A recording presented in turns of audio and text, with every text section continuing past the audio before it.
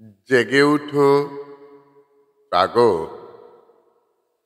লক্ষ্য অর্জিত না হওয়া পর্যন্ত থামবে না। তোমাকে জেগে উঠতে হবে, জাগতে হবে। ঘুমিয়ে থাকলে তুমি তোমার লক্ষ্যে গিয়ে পৌঁছবে না। তোমার লক্ষ্যে তোমাকে পৌঁছানো খুব প্রয়োজন। তার জন্য কঠোর পরিশ্রম এবং একাগ্রতা সহকারে কাজ চালিয়ে যাও। অধ্যবসায়, কঠোর পরিশ্রম এবং একাগ্রতায় তোমার লক্ষ্যে গিয়ে তুমি পৌঁছতে পারবে। আমরা লক্ষ্যে পৌঁছতে পারি না এই কারণ আমরা মাঝ পথে এসে থেমে যাই। আমরা যখনই বাধা পাই তখনই মনে করি আমাদের সবকিছু শেষ হয়ে গেছে। এটা আসলে আপনার ভুল ধারণা। আপনার কিছু শেষ হয়ে যায়নি। আপনি যেখানেই আটকেছেন, যেখানেই বাধা পেয়েছেন, সেখান থেকেই আবার শুরু করুন। দেখবেন আপনার কাজের সফলতা অবশ্যই আসবে। তাই জাগতে হবে আপনাকে, উঠে দাঁড়াতে হবে। কেউ আপনাকে তুলবে না। নিজের শক্তি এবং অদম্য সাহস নিয়ে আপনি উঠে দাঁড়ান। আপনার আত্মবিশ্বাস নিয়ে আপনি উঠে দাঁড়ান। আপনার আত্মবিশ্বাস এবং আপনার অদম্য সাহসই আপনার কাজে সফলতা নিয়ে আসবে। তাই ঘুমিয়ে থাকবেন না, সময় নষ্ট করতে যাবেন না। এই মূল্যবান সময়টিতে আপনি আপনার জীবনকে বিকশিত করুন। এই মূল্যবান সময়কে কোনো অবস্থায় অপচয় করতে যাবেন না। কাজে লেগে পড়ুন। দেখবেন কাজে আপনি সফল হচ্ছেন। শেখা এমন একটা জিনিস যা কখনোই ব্যর্থ হয় না। আপনি যা শিখেছেন, আপনি যে কাজ করছেন, আপনি যেটা জেনেছেন, যে অভিজ্ঞতাটুকু আপনার হয়েছে, সেই অভিজ্ঞতাটুকু নিয়ে আপনি আপনার জীবন কাটিয়ে দিতে পারেন। এমনভাবে শিখুন যেটার মধ্য দিয়ে আপনি জীবনে শুধু এগিয়ে যাবেন। আপনি যা শিখেছেন, যা জেনেছেন, যে জ্ঞান বা যে অভিজ্ঞতা আপনার অর্জন হয়েছে, সেটাকে সঠিকভাবে বাস্তবায়িত করুন। এটাকে আপনার মনের মধ্যে পুঞ্জীভূত রাখবেন না। যদি আপনি এটা মনের মধ্যে পুঞ্জীভূত রাখেন, সেটা দিয়ে আপনার কোনো লাভ হবে না। তাই আপনি জেগে উঠুন, কাজ করুন। সময় নষ্ট করবেন না। সময় নষ্ট করলেই দেখবেন একদিন অন্ধকার হয়ে গেছে। জীবনের শেষ লগ্নে আপনি পৌঁছে যাবেন, কিন্তু আপনার কাজে সফলতা আসবে না। তাই সবসময় জাগুন, কাজ করুন। সত্য জানার একমাত্র উপায় হলো অভিজ্ঞতা। আপনি সত্যকে জানুন। আপনি কাজ করতে গিয়ে সত্যকে জানুন, এবং সত্য জানার একটাই উপায় হচ্ছে আপনার অভিজ্ঞতা, আপনার এক্সপিরিয়েন্স। আপনার সত্য জানার প্রয়োজন। সত্যকে জানতে হবে। কাজ করতে গিয়ে সত্যকে জানতে হবে। সত্যকে যদি আপনি না জানেন, তাহলে আপনি কাজ করতে পারবেন না।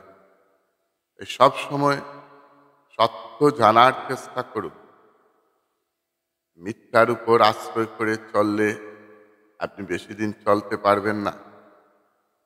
মিথ্যার উপর কখনো আশ্রয় করবেন না। মিথ্যার উপর যারা আশ্রয় করে চলে, মিথ্যাকে ভোট দিয়ে যারা চলে তারা বেশি দিন টিকতে পারে না। ওই মিথ্যাকে ভোট দিয়ে চলার প্রয়োজন নেই।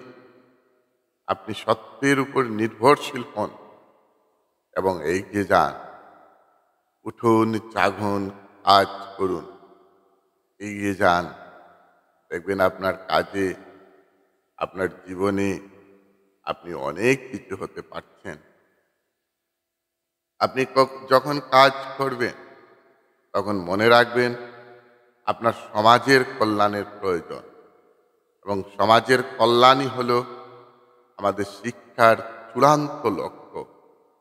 আমরা যে শিক্ষা গ্রহণ করছি, পুঁথিগত শিক্ষাই হোক আর সমাজ থেকে যে শিক্ষাই হোক, সেই শিক্ষা নিয়ে আমরা সমাজের কল্যাণে নিজেকে নিয়োজিত রাখব। সমাজের কল্যাণই হবে আমাদের আসল উদ্দেশ্য। শিক্ষার আসল উদ্দেশ্যই হচ্ছে, শিক্ষার মূল লক্ষ্যই হচ্ছে সমাজের কল্যাণ করা। ঠিক তদ্রূপভাবে শিক্ষার উদ্দেশ্য হচ্ছে আমাদের চরিত্রকে বিকশিত করা। তাই নিজের চরিত্রকে আমরা অবশ্যই বিকশিত করব, নিজের চরিত্রকে আরো সুন্দর করব, নিজের চরিত্রকে একটা চূড়ান্ত জায়গায় নিয়ে যাব। কেউ যাতে আপনার চরিত্রের উপর আঙ্গুল তুলতে না পারে, এমন শিক্ষা গ্রহণ করুন, যে শিক্ষার মাধ্যমে আপনি আপনার মধ্যে নৈতিকতা, মনুষ্যত্ববোধ এবং মূল্যবোধ নিয়ে আসতে পারেন। শুধু একটা সার্টিফিকেট অর্জন করা কিংবা একটা ভালো মার্কশিট অর্জন করা, এটা বড় কথা নয়। আসল ব্যাপার হচ্ছে আপনি এমন শিক্ষা গ্রহণ করতে হবে যে শিক্ষার মধ্য দিয়ে আমরা আমাদের চরিত্রকে আরো সুন্দর করে তুলব, আমাদের চরিত্রকে আরো বিকশিত করে তুলব, আমাদের চরিত্রকে একটা ভালো জায়গায় নিয়ে পৌঁছাবো এবং তার সাথে সাথে আমরা সমাজের কল্যাণে নিজেকে নিয়োজিত করব। যারা সমাজের কল্যাণে নিজেকে নিয়োজিত করতে পারে না, তারা হলো একগুঁয়ে এবং স্বার্থপর। স্বার্থপর মানুষগুলো শুধু নিজের স্বার্থ নিয়েই ব্যস্ত থাকে।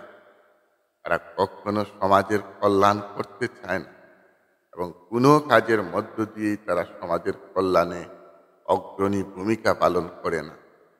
তাই সবসময় আমাদের খেয়াল রাখতে হবে, সবসময় আমাদেরকে বুঝতে হবে যে আমরা আমাদেরকে সমাজের কাজে নিজেকে নিয়োজিত রাখব। কারণ সমাজের অগ্রগতি ব্যক্তির উন্নতির উপর নির্ভর করে। সমাজের অগ্রগতিটা ব্যক্তির উন্নতির উপর নির্ভর করে।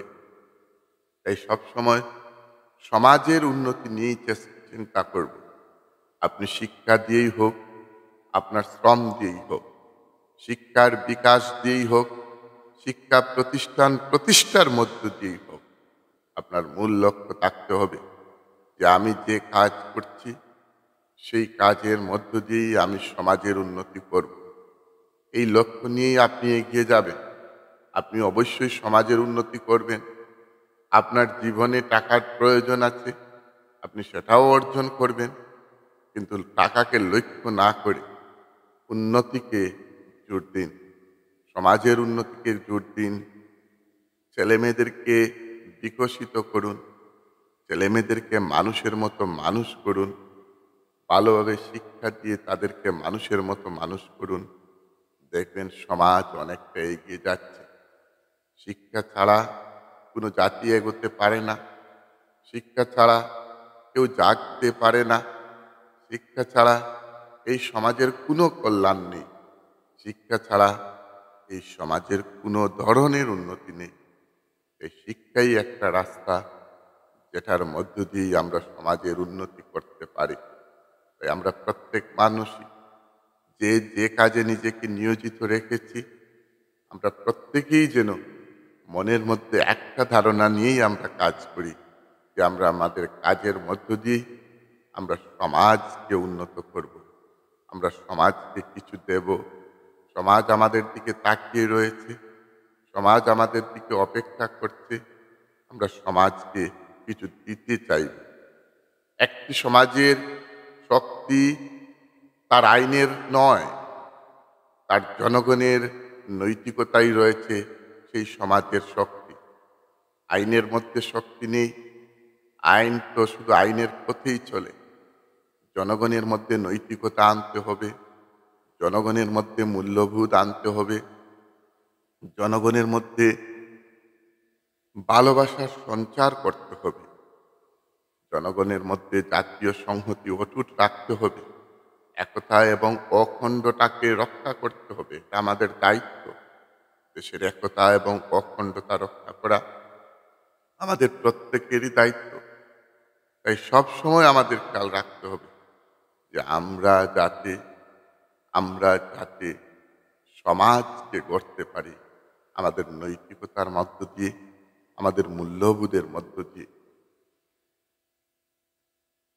শিক্ষাই হলো প্রকৃত শিক্ষা, যার দ্বারা চরিত্র গঠন হয়, মনের শক্তি বৃদ্ধি পায়, বুদ্ধির প্রকাশ ঘটে এবং যার দ্বারা নিজের পায়ে দাঁড়ানো যায়।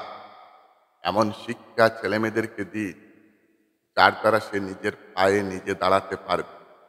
এমন শিক্ষায় শিক্ষিত করে তুলুন যার দ্বারা তার চরিত্র গঠন হবে।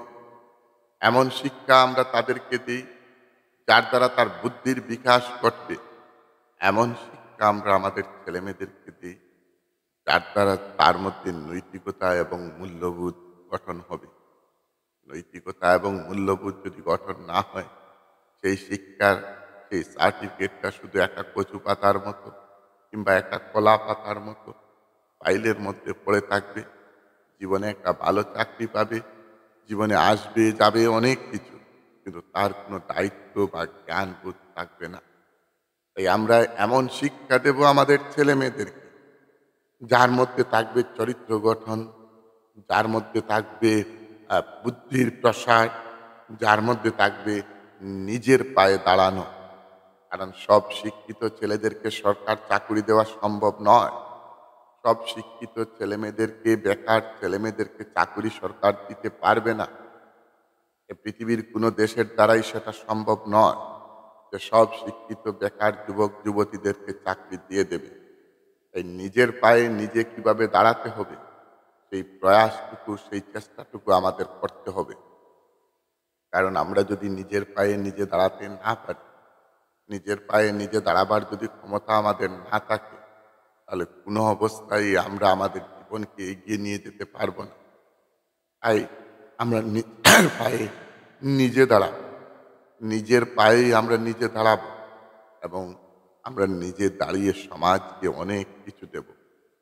নিজের পায়ে নিজে দাঁড়াতে পারলেই আমাদের বেকারত্ব দূর হবে। নিজের পায়ে নিজে দাঁড়াতে পারলেই আমাদের সমাজ থেকে দারিদ্রতা দূর হবে। নিজের পায়ে নিজে দাঁড়াতে পারলেই আমাদের পরিবারের, আমাদের দেশের মাথাপিছু আয় বৃদ্ধি পাবে এবং দেশের, সমাজের যদি দারিদ্রতা দূর না হয়, বেকারত্ব যদি দূর না হয়, তাইলে সেই সমাজে হিংসা বৃদ্ধি সেগুলো আরো বৃদ্ধি পায়। সেই সমাজের মানুষের মধ্যেও অনেকটা আরো বেশি কুপরামর্শ আসে। তাই সবসময় আমাদের উচিত যে আমরা এমন শিক্ষা গ্রহণ করব যে শিক্ষার মধ্য দিয়ে আমরা একটা সমাজকে গঠন করতে পারব, যে শিক্ষার মধ্য দিয়ে আমাদের বুদ্ধির বিকাশ ঘটাতে পারব, যে শিক্ষার মধ্য দিয়ে আমরা আমাদের চরিত্রকে গঠন করতে পারব, যে শিক্ষার মধ্য দিয়ে আমরা নিজের পায়ে নিজে দাঁড়াতে পারব।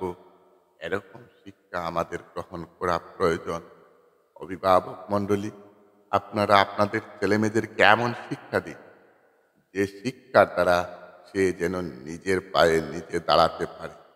এরকম শিক্ষা তাকে দেওয়ার প্রয়োজন। কোনো মানুষকে কখনো নিন্দা করবেন না, কাউকে নিয়ে নিন্দা করবেন না। আপনি যদি সাহায্যের হাত বাড়াতে পারেন তবে তা করুন। কোনো মানুষকে নিন্দা করার প্রয়োজন নেই আমাদের। কোনো মানুষকে নিন্দা করার প্রয়োজন নেই। আপনার যদি ক্ষমতা থাকে তাকে সাহায্য করা, তাহলে তাকে সাহায্য করুন। যদি না পারেন তাকে সাহায্যের পথ দেখিয়ে দিন। সাহায্য করার যদি আপনার ক্ষমতা না থাকে, তাহলে আপনি পথ দেখিয়ে দিন যে এই পথে চলো, অবশ্যই তোমার উপকার হবে, অবশ্যই তুমি জীবনে অগ্রগতি লাভ করবে। এরকম পথ তাকে দেখিয়ে দিন। যদি তাকে এরকম পথ দেখাতে না পারেন, তাহলে আপনি সমাজে কিসের জন্য রয়েছে? আপনি অন্যকে সাহায্য করার ক্ষমতা আপনার রয়েছে, আপনি করুন। সাহায্য না করলে অন্তত রাস্তাটা দেখিয়ে দিন যে এই রাস্তায় সে যদি চলে, অবশ্যই তার জীবনের উন্নতি হবে। মনে রাখবেন, বিরাট পশুপালের মাঝেও একটা শাবক তার মাকে খুঁজে পায়।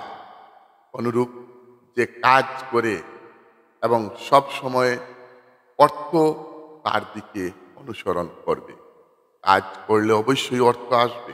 অর্থের প্রয়োজন রয়েছে, আমি আগেই বলছি। অর্থ ছাড়া চলা যায় না, অর্থের প্রয়োজন রয়েছে। কিন্তু ঘরে বসে অর্থ উপার্জন করতে পারবে না তুমি।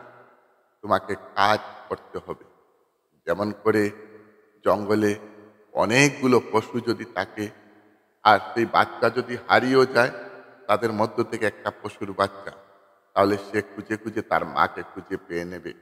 আপনি কাজ করতে থাকুন, আপনি পরিশ্রম করতে থাকুন, আপনি অনবরত কাজ করুন। দেখবেন আপনার কাজের মধ্য দিয়ে আপনি অর্থ উপার্জন করতে পারছেন। ওটা অটোমেটিকলি আসবে। কাজ না করে কোনো অবস্থায় আপনি অর্থ উপার্জন করতে পারবেন না। আপনাকে কাজ করতে হবে। যদি আপনার মধ্যে আলস্যতা থাকে, যদি আপনি কাজকে অবহেলা করেন, যদি আপনি মনোযোগের সাথে কাজ না করেন, কাজকে যদি আপনি অবজ্ঞা করেন, তাহলে কোনো অবস্থায় সেই কাজে আপনি সফল হতে পারবেন না। আপনি কাজ করতে থাকুন, আপনি কাজে সফল হন, দেখবেন অটোমেটিকলি অর্থ সেই কাজের পিছনে পিছনে ফিরে আসবে।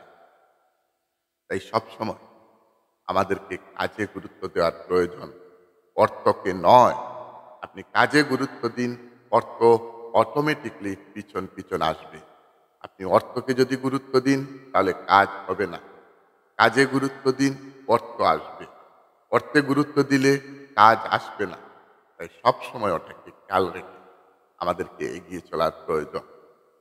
মনে রাখবেন, জলের মুখেও যে নিজের লক্ষ্য ছাড়ে না, তাকেই তাকেই আমরা যোদ্ধা বলি। যে ঝড়ের মুখেও নিজের লক্ষ্য ছাড়ছে না, প্রচন্ড ঝড় আসছে তার জীবনের মধ্যে, প্রচন্ড ঝড়ের মোকাবিলা করছে সে, প্রচন্ড বিপদের মোকাবিলা করছে সে, সেই ঝড়ের মুখে যে লক্ষ্য ছাড়ছে না, স্থির হয়ে বসে আছে, সেই হলো প্রকৃত যোদ্ধা, সেই হলো আসল যোদ্ধা।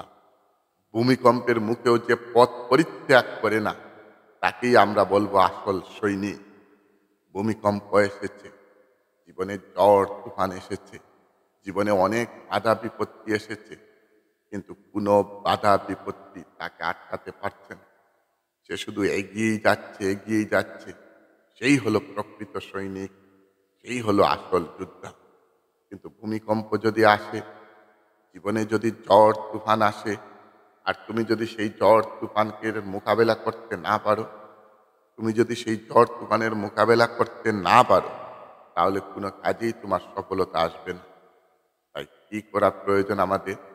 যে আমাদের ঝড় তুফান যতই আসুক, সেই ঝড় তুফানকে উপেক্ষা করে আমাদের শুধু সামনের দিকে এগিয়ে যাওয়ার প্রয়োজন। আমরা যদি শুধু সামনের দিকে এগিয়ে যেতে পারি, তাহলে অবশ্যই আমাদের কাজের সফলতা আসবে। তাই ভিউয়ার্সরা, আমার দর্শকরা, যারা আমাকে অনুসরণ করেন, যারা আমার কথা শুনে, যারা আমার কথা শোনার জন্য অপেক্ষায় থাকে, যারা আমার ভিডিওগুলো ফলো করে, আপনাদেরকে একটাই কথা বলবো, কাজ করতে থাকুন, অর্থ আসবে। কাজে অবজ্ঞা করবেন না, বিপদে পড়ে যাবেন। এমন শিক্ষা ছেলেমেয়েদেরকে দিন, যে শিক্ষার মাধ্যমে সে চাকরি না পেলেও নিজের পায়ে নিজে দাঁড়াতে পারে। এরকম শিক্ষা তাদেরকে দিন। ঘুমিয়ে থাকবেন না, ঘুমন্ত অবস্থায় থাকবেন না। আপনি জাগুন, উঠুন, আপনি উঠে দাঁড়ান। দেখবেন আপনার কাজে সফলতা আসবে। আপনি জীবনের প্রতিটা মুহূর্ত জয় করতে পারছেন। আপনি যদি উঠে না দাঁড়ান, তাহলে জীবনে কোনো কিছুই আপনার দ্বারা সম্ভব নয়। তাই জাগে উঠুন, ঘুমিয়ে থাকবেন না। কাজ করুন, পরিশ্রম করুন। যত বেশি পারুন শ্রম দিন। কাজ করতেই থাকুন। জীবনের প্রতিটা ক্ষেত্রেই আপনি সফল হবেন। আজ এই পর্যন্তই। কাল আবারও কোনো বিষয় নিয়ে আপনাদের সামনে উপস্থিত হব। ভালো থাকবেন, সুখে থাকবেন, আনন্দে থাকবেন। প্রতিটা কাজেই আপনার যেন জয় হয়, সফল হয়, এই কামনা করে আজ এখানেই শেষ করছি। জয় হিন্দ।